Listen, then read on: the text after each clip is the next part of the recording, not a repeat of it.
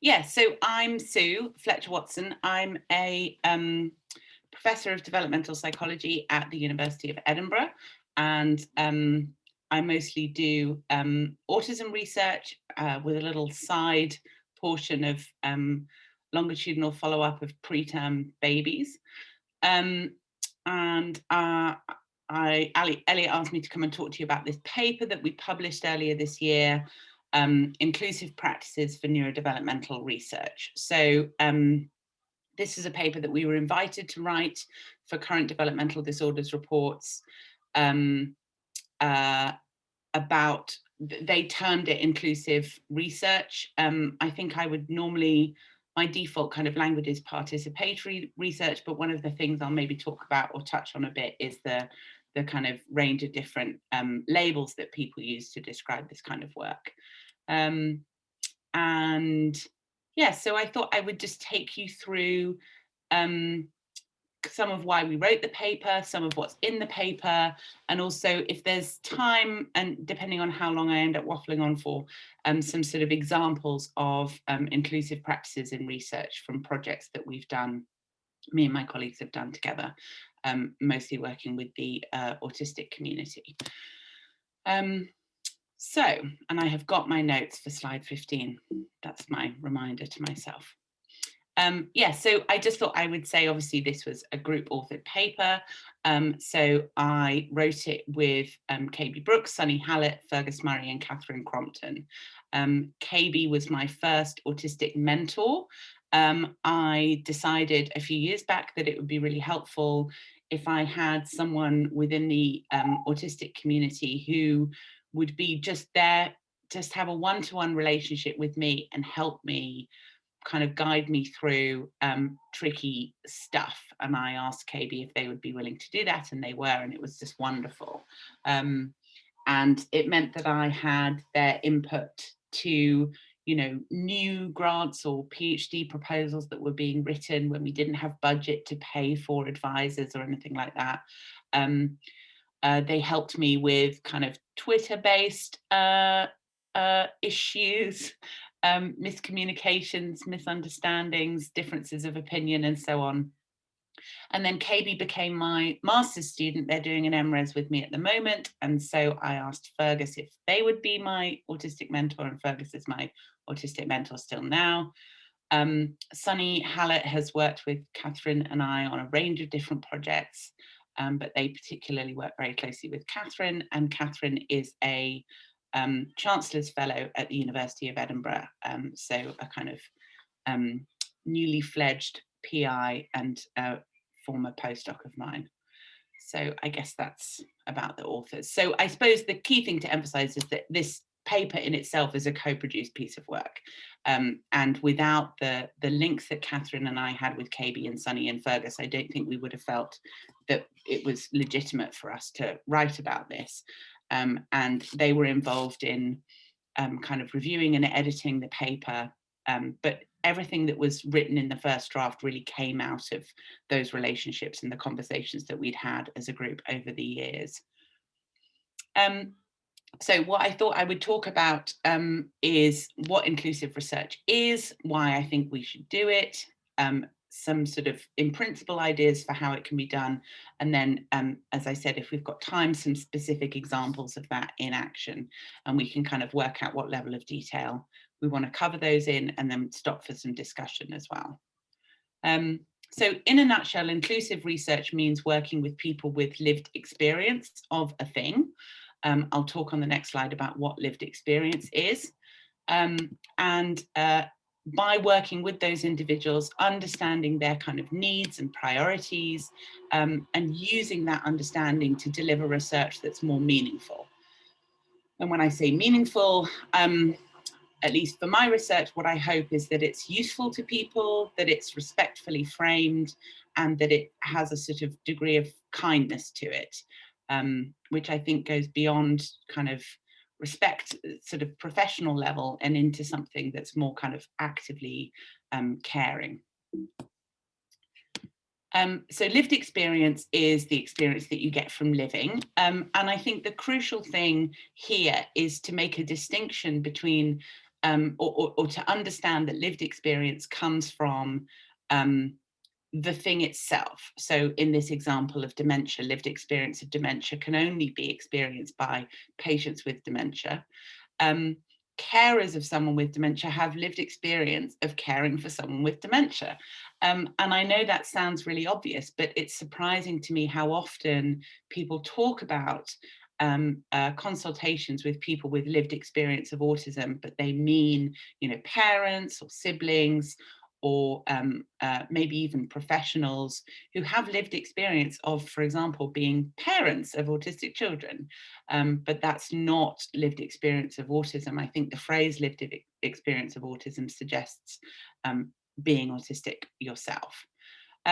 Something I think that's important to remember about lived experience is that anyone can sort of develop or become part of a lived experience category at any moment.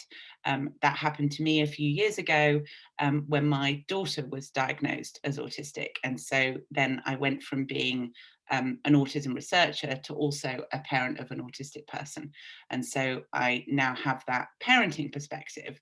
In addition to my research perspective, which is an interesting kind of transition for me. So another term that we might use in as a sort of parallel with lived experience is the concept of stakeholders, and it literally just means people who hold a stake in the research. So they have some kind of investment, normally kind of personal or emotional, sometimes organizational, sometimes commercial, in the research that we do. And so they're important voices to hear when we're doing that research. Okay, so inclusive research practice, as I said, the phrase I would probably most often use is participatory research.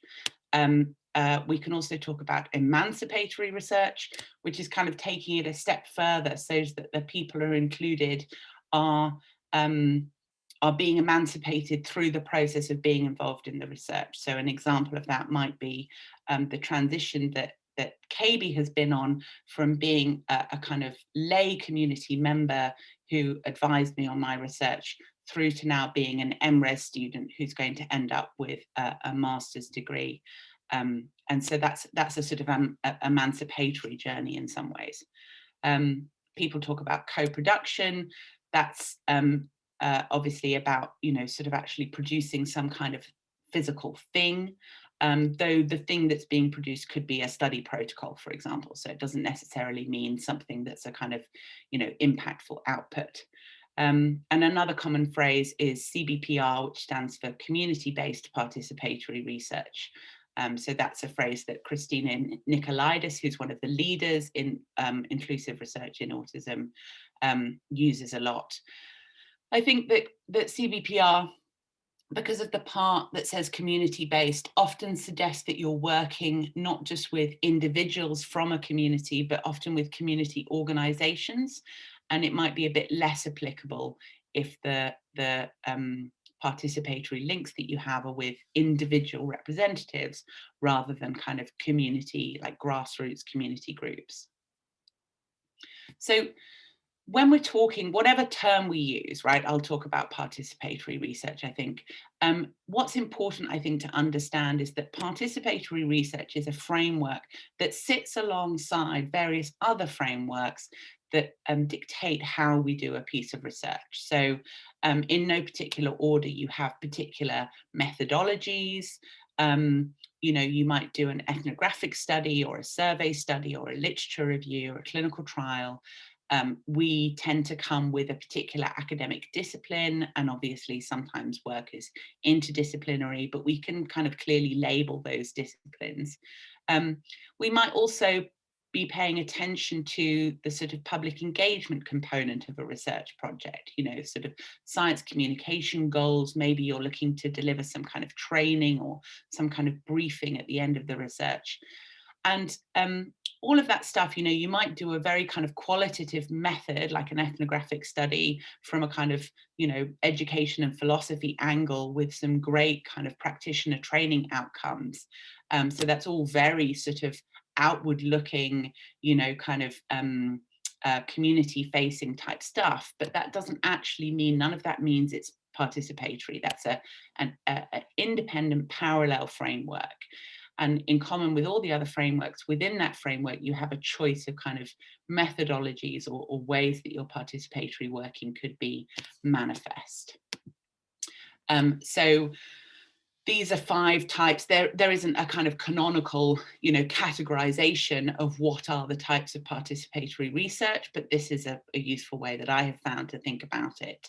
And these broadly transition from, on the left over here with consultation, where most of the power and influence and control is in the hands of the researchers, through to kind of leadership at the other end of the spectrum, where most of the power and control is in the hands of the community representatives. So at the consultation end, you might be inviting specific people to provide targeted advice on particular things or at particular points in a project. In a partnership model, you might be working together over the whole lifespan of the project, but have fairly distinct areas of responsibility or roles that correspond to different kinds of expertise. In a collaboration, you'd be working across the lifespan of the project and much more sort of equally balanced, both contributing to the same activities as a team. With citizen science, that's where the balance tips past the halfway mark more into the hands of the community. So that would be a kind of community-led project, where as a researcher, you might be joining to facilitate a specific research element or help with dissemination. And if the research is community-led, then it's completely run by the community, and you might just be employed as a consultant to do a specific ring-fenced task. And in that sense, leadership and consultation are kind of mirror images of each other. So in this leadership model where the work is led by community members, if I was involved in a project led by the community, I would perhaps be a kind of consultant on that project, called in for a specific role in a specific kind of ring-fenced part of the project. So it would be remiss of me to talk about this without mentioning Einstein's Ladder of citizen participation. This was one of my first introductions to kind of the theory behind participatory work. And this was developed, as you can see, a little while ago now. I think particularly in relation to things like local government, town planning projects, that sort of thing.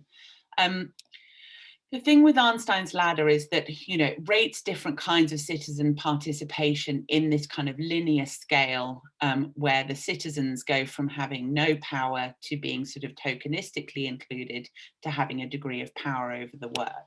The problem I find with this, and the reason I don't really use it much now, is the linearity of it and the idea that things at the bottom here are bad and wrong, and they're coloured red, and things at the top here are good, and this is what we ought to be achieving.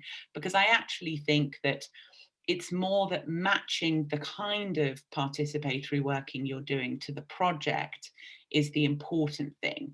And it's not always appropriate to be aiming for kind of citizen control. It's certainly not appropriate to be sort of pretending to deliver that level of participation if that's not honestly what you can achieve. And so being honest and realistic about what you can manage it is much more appropriate than, and not feeling kind of guilty or like you're doing a kind of bad job if you're sort of somewhere further down this ladder. So that's probably why I'm not so keen on the ladder. Okay, so why should we do inclusive research? I think there's a moral imperative to do it. I think we need to think about neurodivergent people in line with other elements of the kind of equality and diversity agenda. This is about bringing marginalized and underrepresented communities into positions of power. The people who are going to be most influenced by research should be playing a part in delivering that research. We have to remember the context of, I've got historic in brackets here because, you will have all read about the FDA overturning of the decision, no, the court's overturning of the FDA's ruling on the use of electric shock treatment at the Judge Rotenberg Center in America, which means that autistic people are still being delivered electric shocks that are illegal to deliver to dogs in the same part of the USA. So these abuses and vulnerabilities that autistic and more broadly neurodivergent people experience are not merely historic, they are still happening today. And I think that drives our moral imperative even more strongly. I think that inclusive research can be part of tackling inequalities, especially if it becomes emancipatory, as a way for people to not just seize control or power within a particular research project, but to develop skills and competencies and confidence and connections and networks that can lift up their whole community and representatives from that community. And the final point, I suppose, is that I think we're living in an era where there's huge demand and therefore also opportunity for inclusive research. So there's, increasingly large and skilled community of autistic people who are not necessarily researchers, though many are becoming researchers, who are interested in being a part of the research agenda and who see its value and its relevance to their lives. And so in that sense, inclusive research for us as autism researchers is particularly easy, and it could be a bit trickier for some other working with some other populations who don't have that kind of maturity or engagement with the research agenda. Obviously, there are scientific benefits as well. By working with a community, it can help you reach so-called hard to reach populations. It can minimize some of the risks in terms of, recruitment challenges or measures that don't really work. If you include stakeholders from the beginning, you can increase your kind of translational potential and your future impact, because you're more likely to produce something that people actually care about and want to use. Of course, there is, an expectation from many funders now that we will do some sort of so-called PPI, public and patient involvement, as it's known in the kind of medical research establishment. And I also think that, participatory working is part of our responsiveness to the latest theories, things like the double empathy problem, but other kind of theoretical models of autism that emphasize the fact that, there are profound differences between autistic and neurotypical people in terms of the way that we experience the world, from a kind of sensory up to a very kind of experiential level. And so how can we possibly hope, if we are not autistic ourselves, to deliver effective insights on what autism is like if we're not including autistic people in that? Because I think that's one of the few things we can agree on, is that, we're different from each other. Obviously, there are kind of personal benefits as well. I have found participatory working to be very motivating, especially when I'm having a kind of tough week. I've been fortunate to cultivate new friendships in my kind of community collaborators. They have given me insights that I would never otherwise have had. And so I feel like my new research ideas are better as a result of those long-term relationships. And I hope that it's been an experience of kind of mutual learning on kind of both sides of the aisle, as it were. Okay, so hopefully that makes you think that inclusive research sounds like a good idea. So how do we go about doing it? So this is just a figure kind of summarizing the key themes that we put in our paper, and I'm just going to go through each of these one at a time. So a good starting place is to think about who you want to include in your research. So I would say that if you're doing an autism project, then it's always a good idea to include some autistic people. And it's not really about there being a hierarchy or a competition of input. If you're doing work that's focused on, maybe a post-diagnostic support group for parents of autistic children, or something around teachers' experience of, inclusion in the classroom, for example, obviously those parent and those teacher perspectives are very important too. And there's no sort of ranking, but if you're going to be talking about autism in the context of that research project and in terms of sharing the results of what you discover, I think you should always be including people with lived experience of autism. So that's not at the expense of other people's involvement as well. I think it's worth thinking about working with existing community groups or kind of networks, online community groups, obviously quite a big part of how the autistic community comes together. And you need to think about how you're going to make your first contact with those groups. So what you don't want to do is to sort of break into a private community space, whether it's a Reddit thread or a Facebook group or a Twitter hashtag or whatever, and sort of hijack it for your research purposes. So you definitely want to go gently and softly to begin with, and make it clear from the beginning what your intentions are and what you hope to achieve, and as far as possible, allow people to sort of come to you if they're ready and they're interested in engaging with the work that you're doing. So having made that first contact, or as part of making that first contact, setting expectations is an absolutely crucial component of effective inclusive research. Examples of setting good expectations would be setting specific agreements in terms of what involvement with the project looks like. So that might be about how long the project is going to go on for, how many times you're asking someone to be involved. Do you want them to attend every single planning meeting?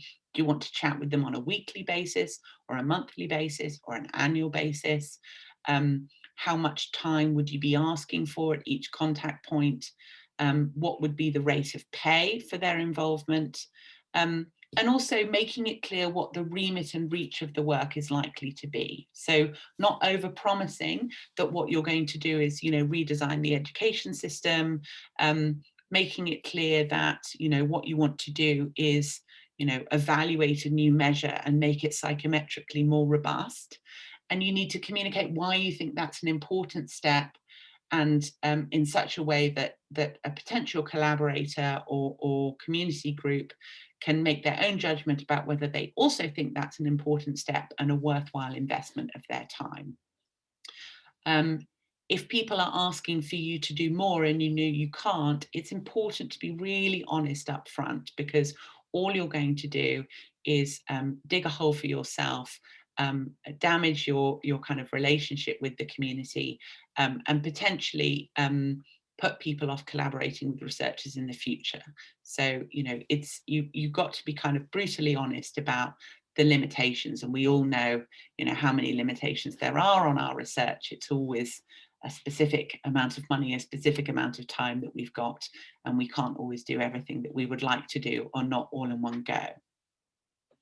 I think you also need to make a commitment to reviewing these expectations, because the project will evolve and shift, and people's lives will move on and things will happen. So you want to be keeping an eye on those expectations and updating them as needed. Of course, I won't talk about this at length, but of course you want to think about inclusion in terms of, barriers to inclusion for people. And for autistic people, we might be thinking about communication preferences, sensory preferences, also the barrier of the university itself, the architecture, the swipe card access, the intimidating spaces, the oil paintings of old men on the walls. All of these things can lead to an environment where it's hard for someone to participate.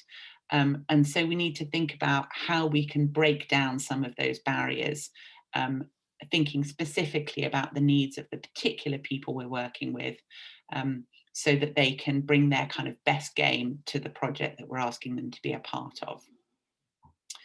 I think intersectionality is really important and interesting in the context of autism research. We know from the literature that that autistic people experience various kind of intersectional identities that are specifically barriers to inclusion and understanding and acceptance. So, for example, we know that non-white autistic children are less likely to be diagnosed with autism, spend longer on waiting lists, are less likely to be enrolled in research, are less likely to receive particular kinds of post-diagnostic support. We also know that there are very high rates of LGBTQ plus identities in the autistic community.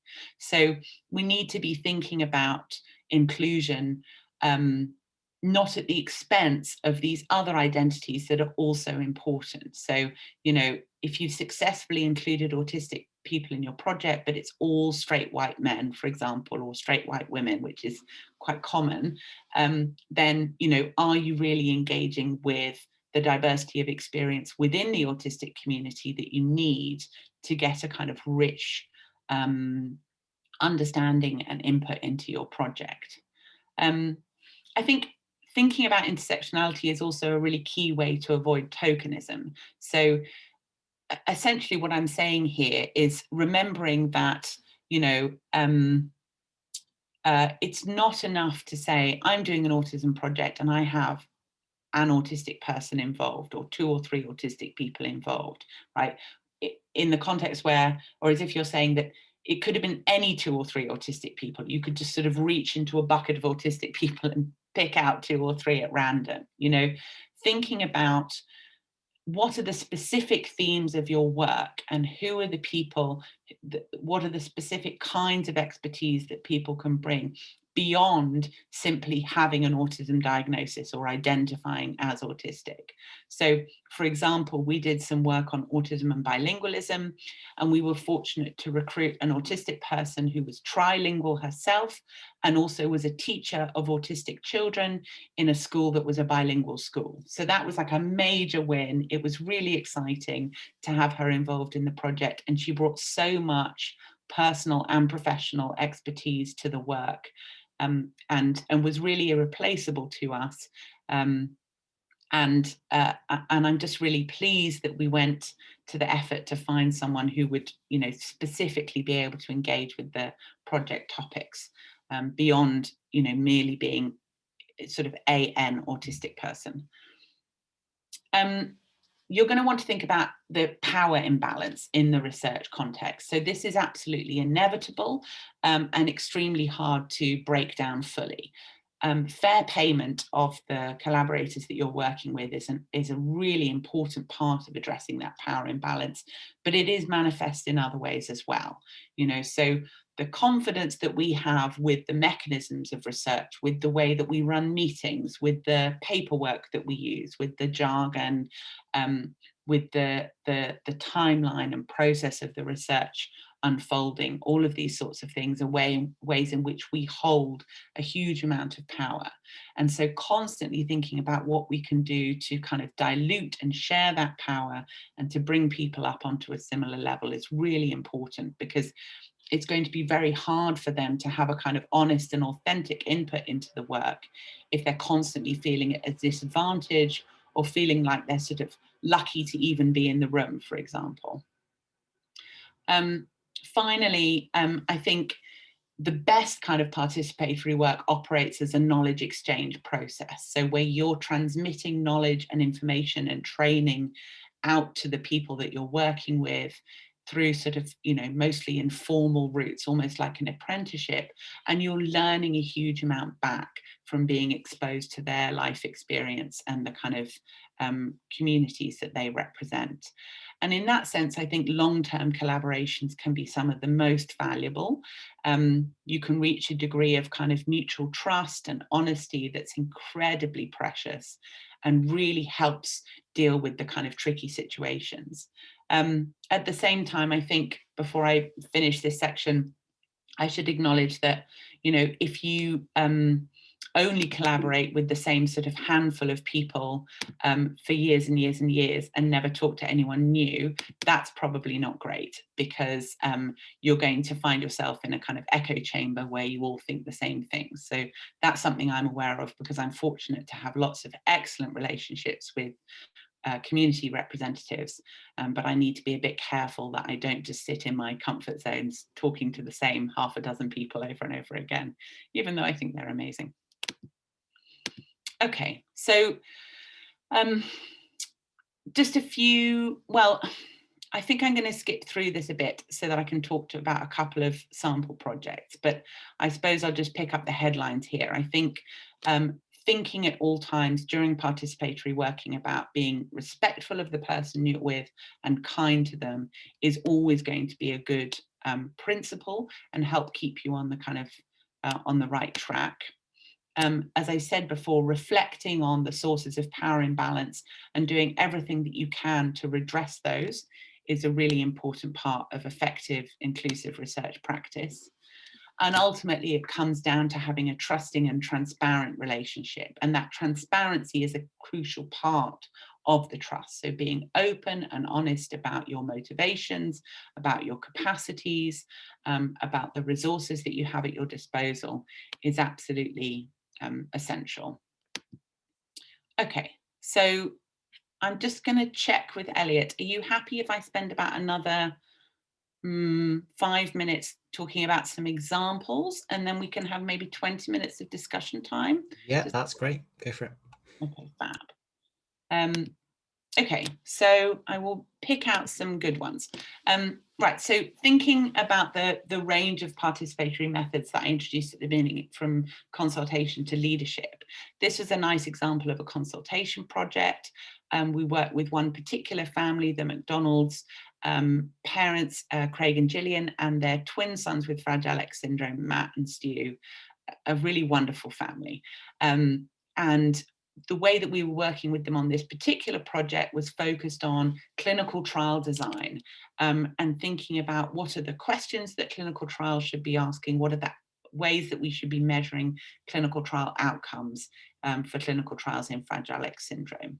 And what was really nice about this was, because we were working with this one family quite intensively for a year, it was very kind of emancipatory in terms of the level of knowledge and insight they had into the research process, which then makes them a more informed kind of group in their community, who are then able to continue to input into research plans in the future at an increasingly sophisticated level. So we can have more and more complex conversations with the group as the research program evolves. This is an example of a partnership project. This is the project that I'm supervising KB Brooks' Masters on. So we were lucky enough to win dedicated funding from Autistica for autistic partnered projects. This parenting project evolved out of our mentoring relationship that we had previously. KB won the funding with this really innovative idea to look at the experiences of autistic parents of autistic children. And we decided to use an autoethnographic method, which, you know, by definition, because it included an autobiographical component from KB as an autistic parent, would have been impossible for a non-autistic person or a non-parent to deliver. And so that was really exciting, that kind of perfect intersection of the kind of research question and the methodology with the team that were available to do it. This is an example of a collaborative project that was led by Catherine Crompton, looking at what constitutes good practice in terms of care for autistic people in older age. And so she brought together in a series of funded workshops, a kind of multidisciplinary panel that included older autistic adults, but also some siblings and children of autistic people, practitioners from a kind of autism and social care background, but also from a kind of older age care background. And through those workshops, we were able to create guidance for good practice in older age autism services, and generated a new measure for capturing autistic people's experience in residential services for older people. So that was a really exciting piece of work that brought together and triangulated a lot of different perspectives. And it was really expertly delivered by Catherine. And it's a collaboration because, you know, it wasn't that different people or different perspectives had different tasks. Everything was co-produced by everyone together. This is a really nice example of a citizen science project. This was led by AMAZE, the Autistic Mutual Aid Society in Edinburgh. They designed a survey and collected data from amongst their members. And it was only after they had collected all the data that they came to Catherine and I to ask for some support, producing a shortened summary version of the report, making it kind of accessible and relevant and sort of nicely designed with infographics and so on for a kind of policy briefing role, and then using our profile and our kind of University of Edinburgh status as an organisation to help signal boost the work. And as a result of that, we were able to disseminate it to psychiatrists. We got some media coverage, including in the Scotsman. Sunny went and spoke at the cross-party working group. And this has started to influence Scottish Government policy. So it was a really exciting piece of work, and particularly exciting to be called in to do this specific role on something that had been kind of community delivered up to that point. And finally, this is some work that is sort of ongoing that I'm playing a very small role in, but there is a community group of autistic researchers who are interested in monotropism, an autistic-led theory of autism. I can tell you about it in the questions if you're not familiar. So I had a connection to the group through my existing relationship with Fergus Murray, who's my current autistic mentor. The group had come up with the concept of developing a measure to capture monotropism and have now sourced individual items for that measure. So they've got a spreadsheet of I can't remember, about 70 items or something. And so what I'm hoping to do in the next year is recruit a master's student to do an initial kind of psychometric evaluation of the items that they've collected and see if we can do a factor analysis of them and see how they load and that kind of thing. So it's really exciting being in this position where I'm being kind of commissioned to perform a specific task within a research project that's being led entirely by autistic people. Okay, so my take-home messages then. How should, oh, this still says patients and the wider public. Sorry, this is a slide from a more general lecture. I wouldn't refer to autistic people as patients. Anyway, but the autistic community should be involved in research really all the time. I think we have some great methodologies for doing that, but it does take careful planning and expertise. It's not something that's sort of easy. It takes as much thought and care as any other aspect of your study design. And I think the principles of kind of being kind and respectful, of keeping an eye on the power balance and being transparent in order to kind of inspire trust are good principles to keep you on the right track. And I will stop sharing there and look forward to hearing any comments or questions that you have.